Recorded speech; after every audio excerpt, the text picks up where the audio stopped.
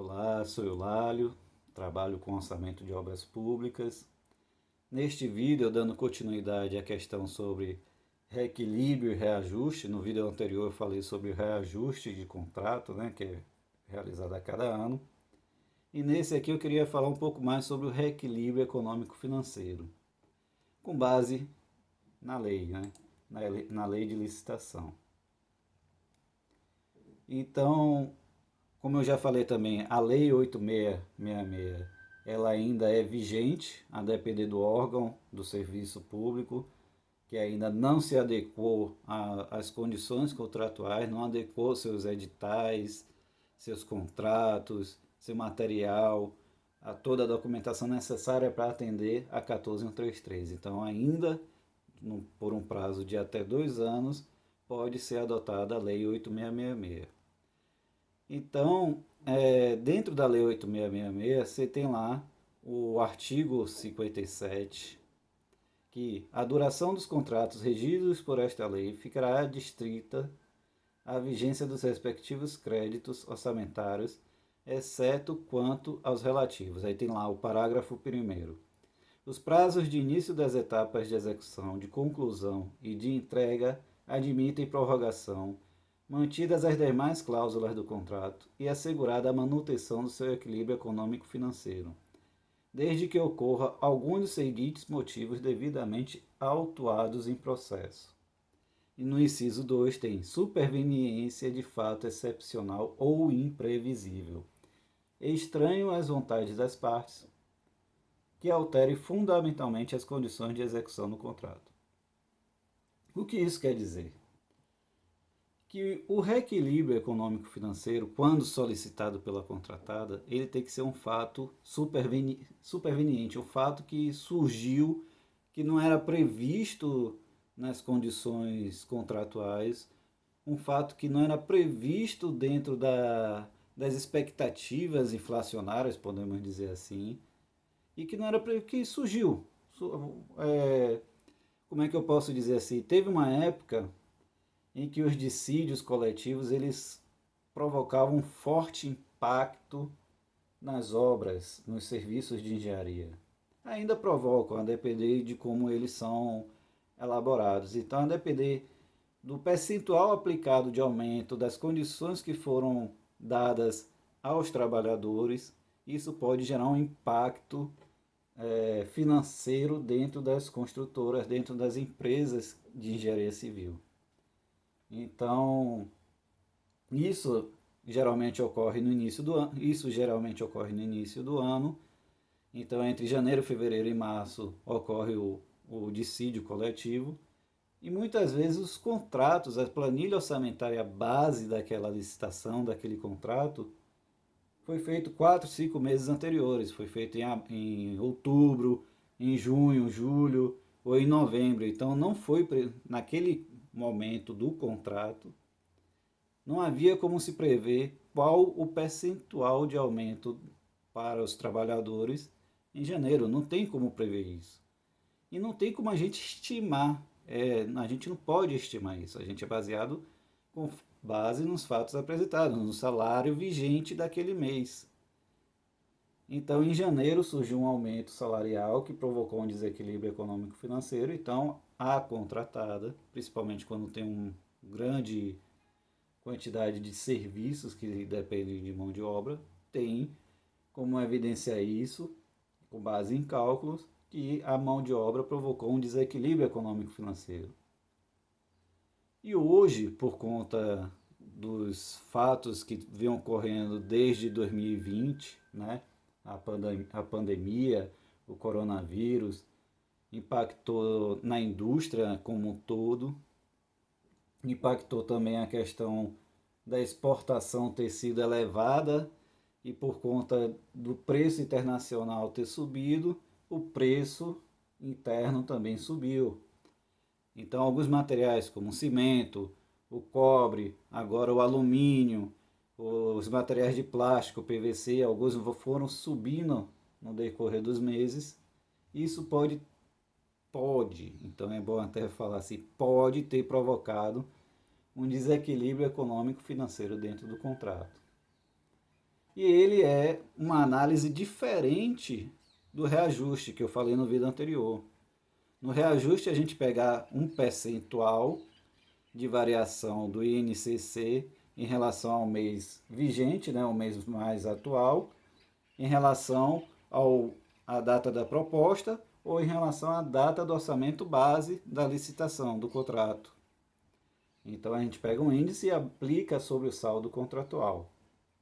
No caso do reequilíbrio econômico-financeiro, ele é um pouco diferente, ou um tanto diferente, porque o reequilíbrio econômico-financeiro, de acordo com o TCU, se um insumo subiu, é possível que o outro insumo também pode ter subido ou decrescido.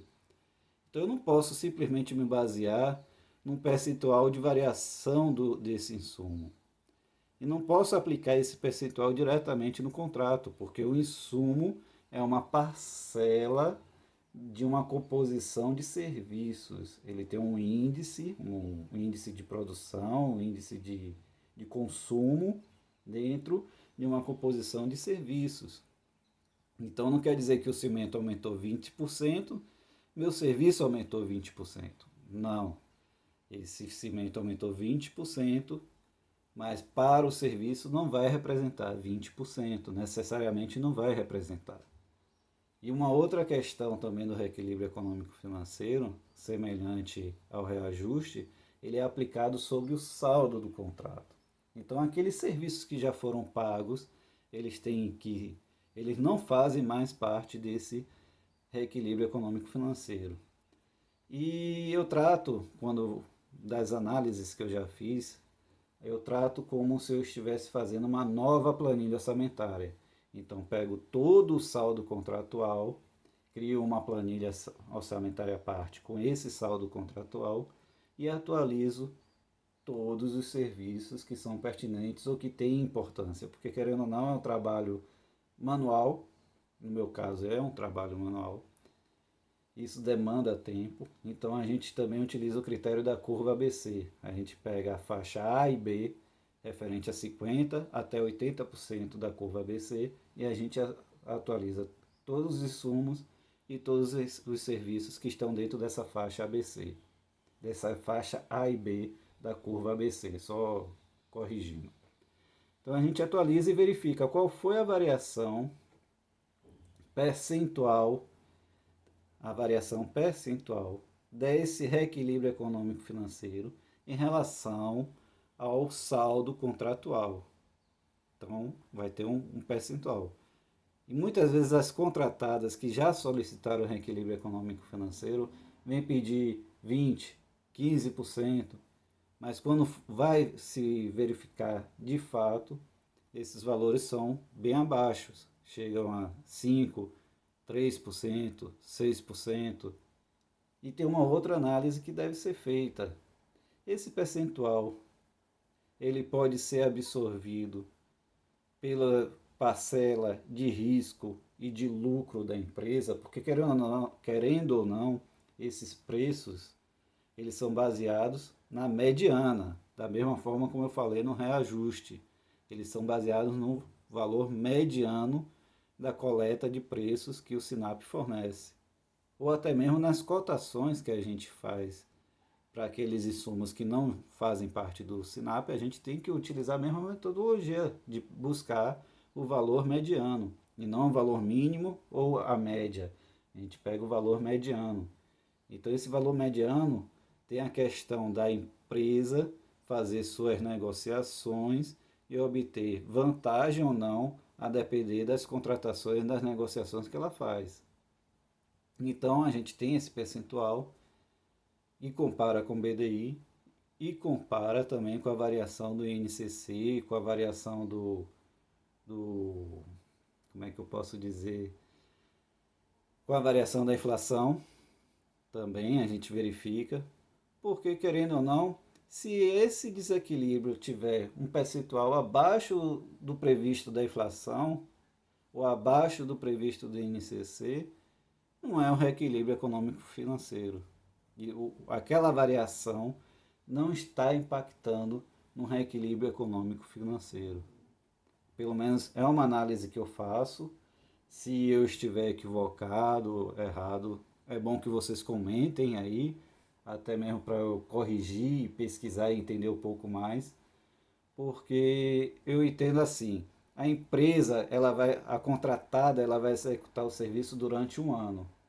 E ela vai fornecer um preço de serviço com base na expectativa da inflação, ou do INCC ou de qualquer outro índice durante aquele período de um ano.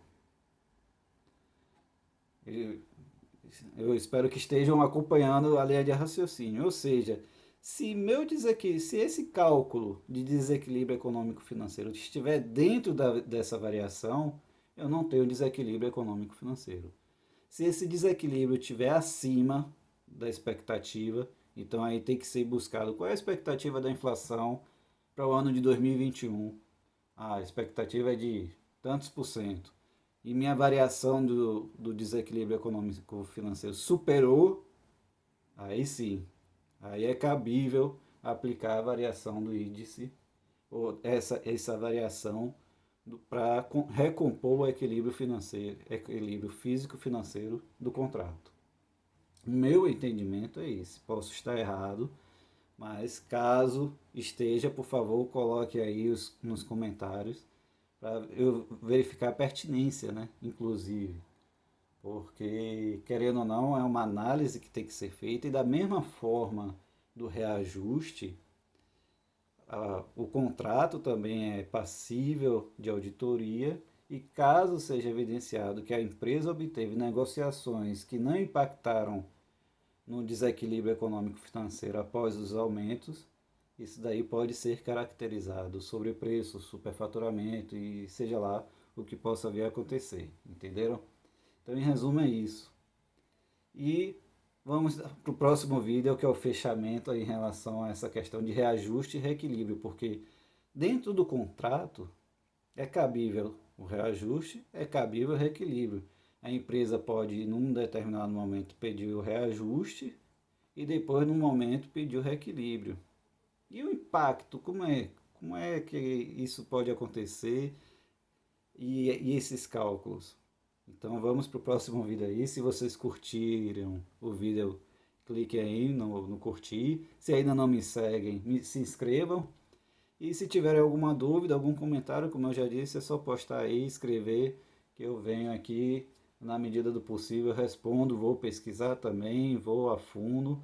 Esse é um assunto que às vezes não tem muito material, embora o TCU tenha lá a sua metodologia, um livro, uma publicação disponível que você pode fazer o download, estudar e ler sobre o assunto e seguir à risca aquela metodologia para evitar qualquer risco que afete a idoneidade do contrato, ok?